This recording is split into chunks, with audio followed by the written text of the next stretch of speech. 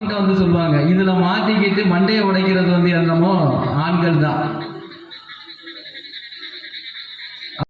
கோயில்ல போனா பேச்சு, பெண்கள் வந்து பேசிட்டு தான் இருப்பாங்க. கியூல போனா பக்கத்துல இருக்கிறவங்க என்ன பண்றாங்க, பக்கத்துல இருக்கிறவங்க என்ன சாரி போடுறாங்க, அவங்க அங்க போனீங்களா இங்க போனீங்களா, சாமி இருக்கிறத பார்த்துருக்கவே மாட்டாங்க, அந்த அளவுக்கு பேசிட்டு தான் இருப்பாங்கன்னு சொல்றாங்க. ஸோ இந்த மாதிரி மக்கள் தான் பாட்டிலையும் சிறந்து விளங்குகிறாங்க அப்படின்னு இருக்காங்க. அதே மாதிரி இன்னொரு பாயிண்ட்டும் சொன்னாங்க, கண்ணப்ப நாயனார் தான் முதல்ல கண்தானம் செஞ்ச. இன்னைக்கும் அரவிந்த் கண் மருத்துவமனை மதுரைக்கு நீங்க போனீங்கன்னா அதுல வாசல்ல எழுதி போட்டிருப்பாங்க, உலகின் முதல் கண் தானம் செய்தவர் அப்படின்னு சொல்லிட்டு நம்ம கண்ணப்ப நாயனார் தான் எழுதி வச்சிருக்காங்க. அருமையான கருத்துக்கள் எல்லாம் கூறியிருக்காங்க. இதுக்கு எதிர்வாதம் பண்ணுவதற்காக பெண்களே அப்படின்னு பேசுறதுக்காக தாரணி அவங்க வர்றாங்க. வாங்கம்மா.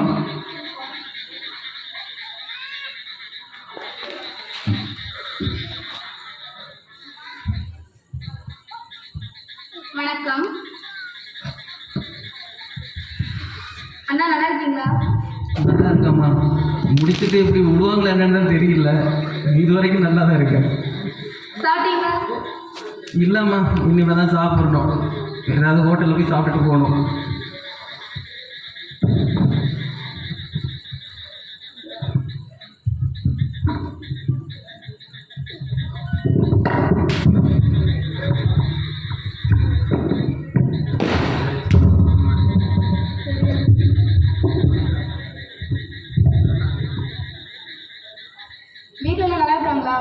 எல்லாரும் நல்லா இருக்காங்க. பாத்தீங்களா, அண்ணா அண்ணான்னு கூப்பிட்டோன்னே முகம் எவ்வளவு அழகா மலருதுன்னு பாத்தீங்களா? இந்த கனிவும் பாசமும் பொம்பளை பிள்ளைகிட்ட தான் எனக்கு நடுவர் அவர்களே. ஒரு சிறப்பான தலைப்பு. இந்த சிறப்பான தீபாவளி திருநாளில் இந்த சிறப்பான பேச்சாளருடன் பேசுவது எனக்கு பெரும் மகிழ்ச்சி. அதிலும் எனக்கு முன்பாக பேசிய பேச்சாளர் தம்பி அஸ்வின் ரொம்ப சூப்பரா பேசினாரு. ஆண்கள் தான் பக்தியில சிறந்தவர்கள் என்று. நடுவர் அவர்களே, நாளைக்கு முன்னாடி என் பிறந்த எங்க அம்மாவோட கோவிலுக்கு போயிருந்தேன். அப்ப நாங்க கண்ணை மூடி சாமி கும்பிடுறோம். எங்க அப்பா பண்ணிட்டு இருந்தாங்க, வெளியே குரு குருன்னு இருந்தாங்க. எனக்கு ஒண்ணும் புரியல, அவங்க ஏன் இப்படி பார்த்துட்டு இருக்காங்கன்னு.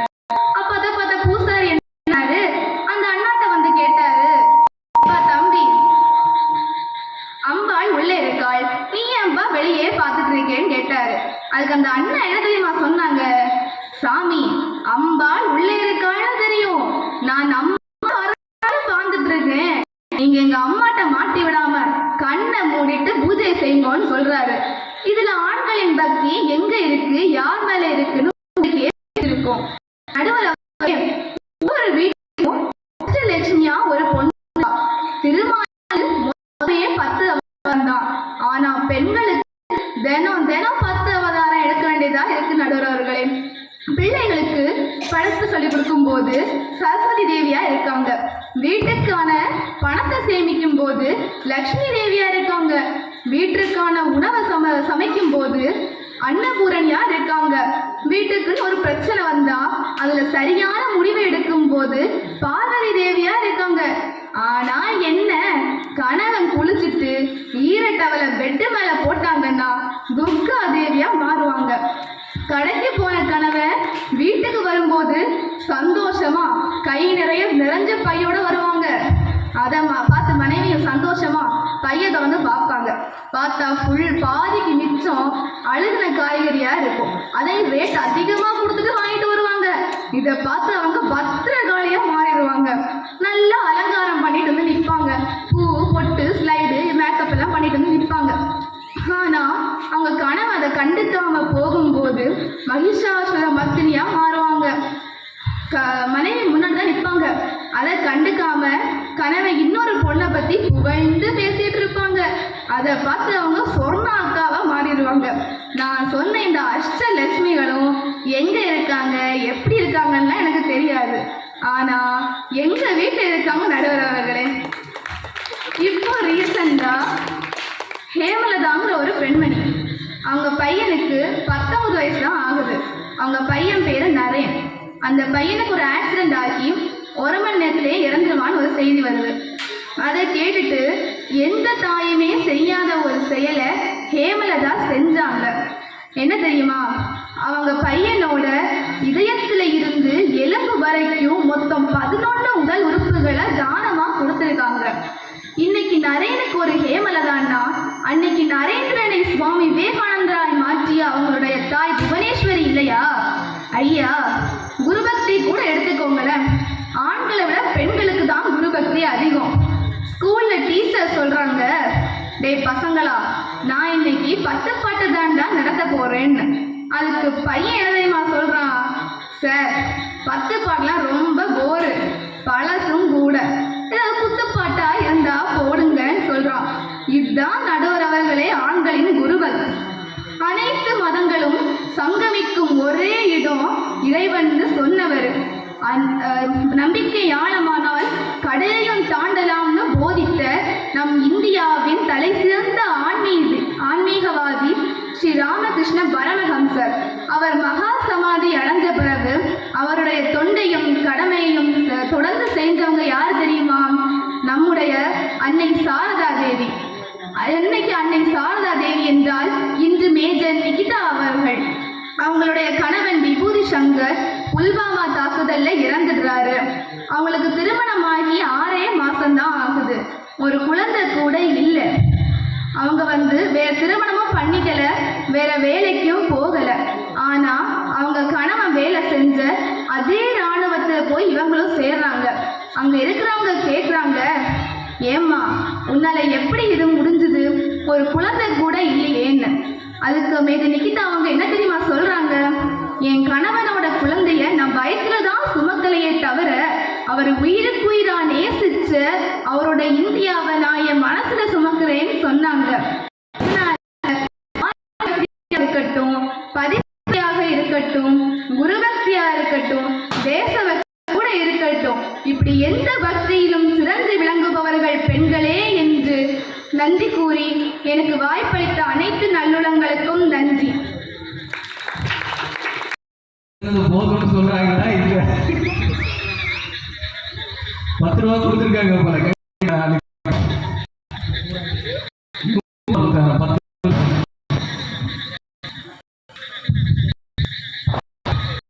அனைவருக்கும் இனிய நடுவர் அவர்களே, இந்த பொண்ணுங்க பேசிட்டு இருக்கும்போது என்ன சொன்னாங்கன்னா, நாங்கள் எங்கள் குடும்பத்துக்கு வேண்டி கோயிலுக்கு போகிறோம், விளக்கேற்றுறோம், சாமி எல்லாமே பண்ணுறோம், திருவிளக்கு பூஜைக்கு போகிறோம். நான் தெரியாமல் கேட்குறேன், பசங்க சம்பாதிக்கிறதுக்கு பக்கத்து வீட்டில் கொடுக்குறதுக்கா, இல்லை பசங்களோட பார்ட்டி பண்ணதுக்கா? தெரியாமல் நான் கேட்குறேன். அவன் 4 காசு சம்பாதிக்கா, நான் ஏன் அலைகிறான்? 18 மாட்டி மேலே ஏறி இருந்து கம்பு கட்டி பெயிண்ட் அடிக்கிறான். சாக்கு வாழ்றாங்க. தெரிஞ்சுக்கணும், நீங்கள் எதுக்கு பண்ணுறான்? குடும்பமும் மக்களும் மனைவி நல்லா இருக்கணும் தானே. அப்புறம் என்ன சொல்லுங்க, விரதம்னா என்னன்னு தெரியுமா? இல்லை நான் திரும்ப அதை கேட்குறேன், விரதம்னா என்னன்னு உங்களுக்கு தெரியுமா? இல்லை தெரியாமல் கேட்குறேன். வருஷம் வருஷம் காவடி கட்டு வருது, அதை பார்க்குறீங்களா இல்லை பார்க்காத மாதிரி இருக்கிறீங்களான்னு எனக்கு தெரில. ஒவ்வொரு காவடி, பால் காவடியிலேருந்து பறக்கும் காவடி, பறவை காவடின்னு 1008 காவடி இருக்குது. அந்த காவடிக்கெல்லாம் கடுமையான விரதம் இல்லைன்னா பண்ணிட முடியுமா? அதை இல்லை தெரியாமல் நான் கேட்குறேன். சரி, அதை கூட விடுங்க, ஒரு குறிப்பிட்ட ஆண்கள் பண்ணுறாங்கன்னு விட்டுடலாம். ஆனால் ஐயப்பன் சாமிக்கு மாலை போடணும். அப்போ கார்த்திகை மாதம் 41 நாள் கடுமையான விரதம் இருக்கும். அப்போ தண்ணி அடிக்க முடியாது, தம் அடிக்க முடியாது, பொண்ணுங்களை பார்க்க முடியாது, என்ன பார்த்தையும் போக முடியாது, வச்ச பார்த்தையும் அட்டன் பண்ண முடியாது. இதெல்லாம் தாண்டி நீங்கள் சொல்லுவீங்க, இல்லையே தண்ணி அடிக்கிறாங்களே தம் அடிக்கிறாங்களே. 20ல் 2 பேர் அப்படி தான் இருப்பாங்க. 2 பேர்லாம் எடுத்துக்காட்டாக எடுத்துக்கொள்ள முடியாது நடுவர் அவர்களே. இப்போ நம்ம கலாச்சாரத்தையும் பண்பாட்டையும் அடுத்த தலைமுறை கொண்டு போகிறோம். முக்கியமான பொறுப்பு நம்மள்கிட்ட இருக்கு. இப்போ இங்கே நம்ம தீபாவளி கொண்டாடுறோம். ஒரு முக்கிய பொறுப்பு ஸ்ரீ கிருஷ்ணா இளைஞர் மன்றத்தை சார்ந்த நம்ம இளைஞர்கள்.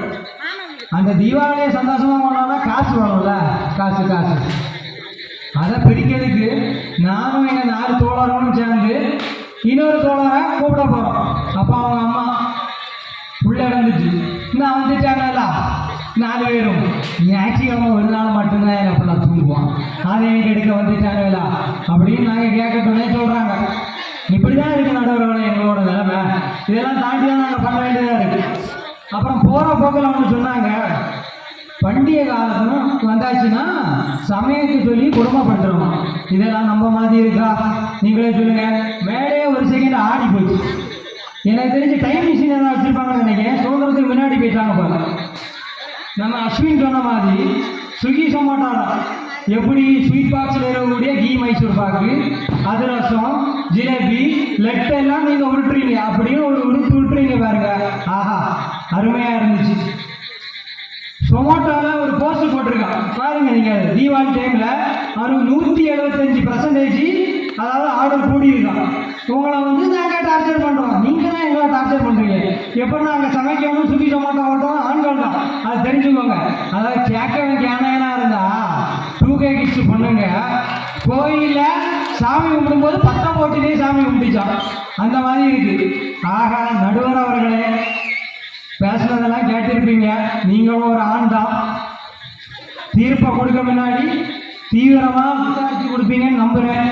வாய்ப்புக்கு நன்றி கூறி விடைபெறுகிறேன். நன்றி, வணக்கம். அருமையாக பேசினாங்க. கொடுத்த 100 ரூபாய்க்கு அந்த தம்பியும் ஓயாமல் கை தட்டிகிட்டே இருக்காங்க.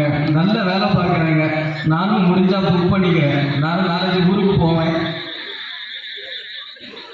சொன்னாங்க, ஆண்கள் பெண்கள் வந்து நீங்கள் திருவிளக்கு பூஜைக்கு போகிறீங்க, வீட்டில் வந்து நீங்கள் தீபம் ஏற்றணும், சாமியை கும்பிடணும், எல்லாம் பண்ணுறோம்.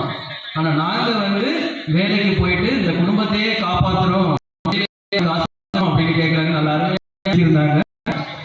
அது மாதிரி விரதம் இருக்கிறது காவடி கட்டுமா இல்லைங்க, ஒரு சின்ன மொட்டு காலில் எவ்வளோ வலி இருக்கும், எத்தனை நாளாக வலி இருக்கும், டாக்டர்கிட்ட போவோம், இன்ஜெக்ஷன் போடுவோம்.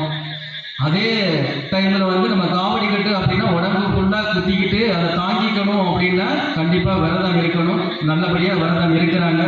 அதே மாதிரி ஒரு மண்டல காலம் விரதம் எந்த தீய பழக்கமும் இல்லாமல் விரதம் இருக்கிறாங்க.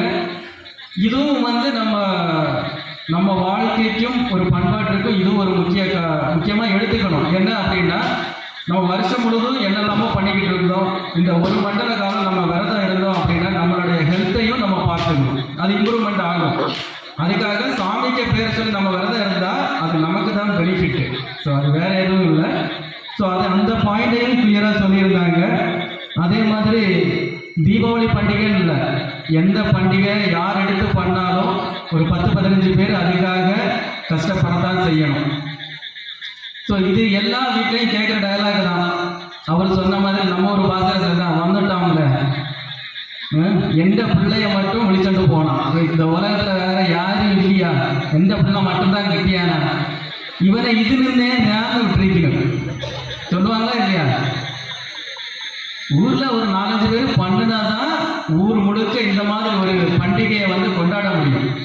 அதுக்காக ஒரு 4-5 பேருக்கு பெண்கள் வந்து என்ன பண்ணணும், இந்த மாதிரி விழா நடக்கும்போது அவங்கள விட்டுறணும். அவங்க நல்லபடியாக நடத்தி முடிச்சுட்டு என்ன பண்ணுவாங்க, வீட்டில் தான் இருப்பாங்க. நல்லபடியாக பேசினாங்க. இவங்களுக்கு வந்து எதிர்வாதம் பண்ணுவதற்காக